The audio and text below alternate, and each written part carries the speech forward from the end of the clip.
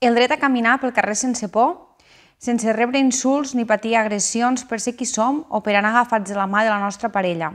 El dret que el nostre lloc de treball sigui un espai segur, sense que la nostra orientació sexual sigui motiu de discriminació. El dret a expressar-nos i a mostrar-nos tal com som en l'àmbit familiar, educatiu o en els espais d'oci.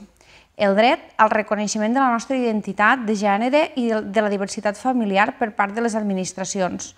Tots aquests drets no són drets que hagin vingut donats per a totes les persones. El col·lectiu LGTBI+ han hagut de lluitar durant dècades per aconseguir-los, tant en el nostre país com arreu del món, i encara avui no estan plenament garantits.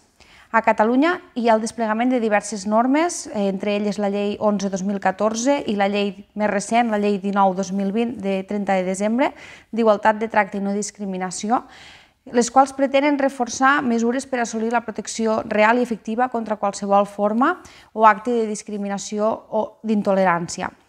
També s'està treballant la futura llei trans catalana, actualment en elaboració, la qual ha de continuar el camí cap a garantir la plena assumpció d'aquests drets. Com més drets, més justícia i més democràcia. Fer valdre les lleis d'igualtat en tots els àmbits i desplegar-les amb la màxima potència és una obligació de tots els poders públics. I ho és encara més avui dia davant els discursos d'odi, de la diferència i el qüestionament per part de l'extrema dreta dels drets assolits. Com va dir Judith Butler respecte d'aquests grups en l'acte de lliurament del Premi Internacional de Catalunya aquest passat 27 d'abril, quina visió de la nació és aquella que pot estar amenaçada per qui persegueix la igualtat, la llibertat, la justícia, la fi de les guerres, un futur sense violències o el dret a caminar pel carrer sense por? A Catalunya, tornarem a dir tantes vegades com ens faci falta, no passaran.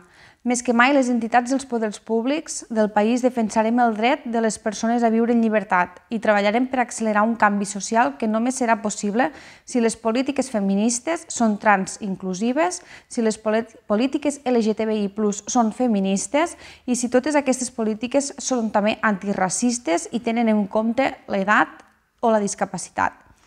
Els drets de les persones LGTBI+ són part de la lluita compartida per la defensa del dret de totes les persones a ser i a viure lliures de discriminacions i de violències, ja siguem persones cis, trans o no binàries. I sigui quina sigui la nostra orientació sexual, aquesta lluita ha d'interpel·lar sempre perquè els drets s'exerceixin i es garanteixin de manera col·lectiva.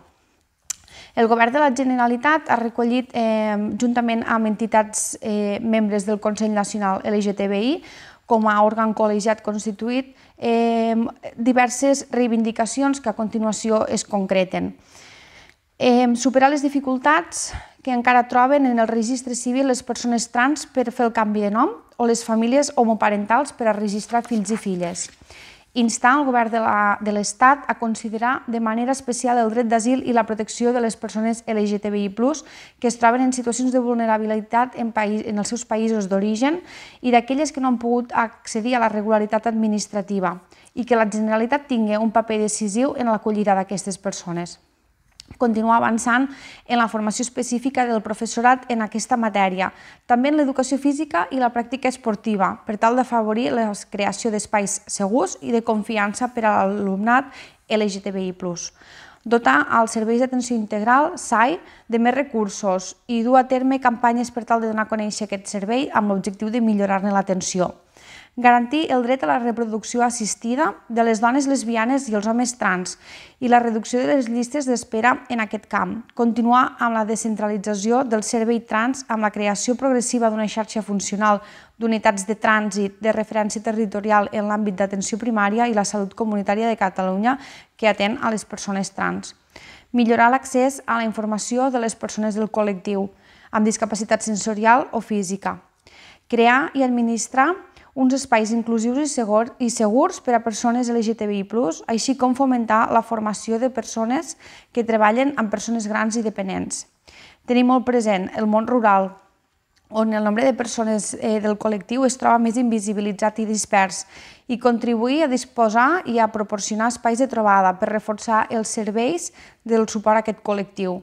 I, en darrer lloc, disposar d'un avantprojecte de llei trans catalana per tal que pugui ser debatut i aprovat pel Parlament de Catalunya. Moltes gràcies.